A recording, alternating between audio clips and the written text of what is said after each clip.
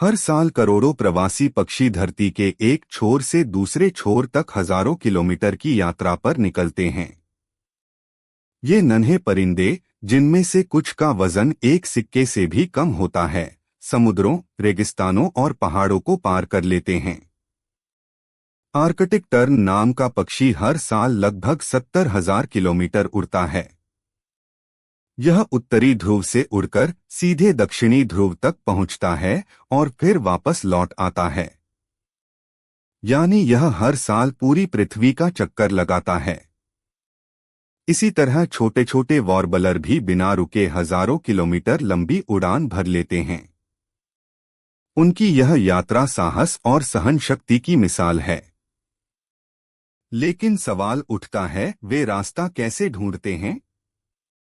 वैज्ञानिकों का मानना है कि पक्षी धरती के चुंबकीय क्षेत्र, सूरज और तारों की स्थिति और अपनी जन्मजात प्रवृत्ति इंस्टिंक्ट की मदद से रास्ता तय करते हैं।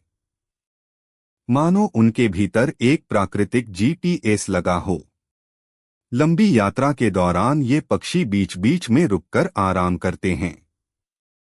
वे नदियों, तालाबों और जंगलों के किनारे भोजन जुटाते हैं और फिर आगे उड़ान भरते हैं।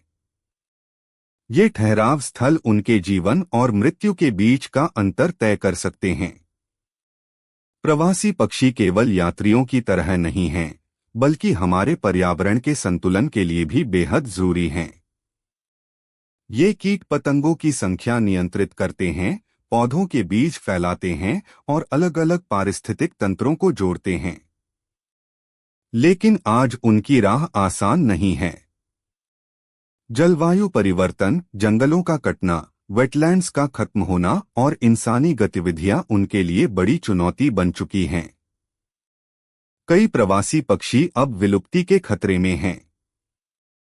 फिर भी उनकी कहानी धैर्य, साहस और जीवन की अदम्य इच्छा की कहानी है।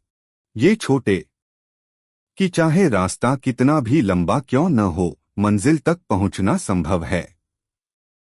तो अगली बार जब आप आसमान में उड़ते हुए पक्षियों का झुंड देखें, तो याद रखिए, शायद वे हजारों किलोमीटर दूर से आए हैं और उनकी यह अद्भुत यात्रा पूरी धरती को एक धागे से जोड़ती है।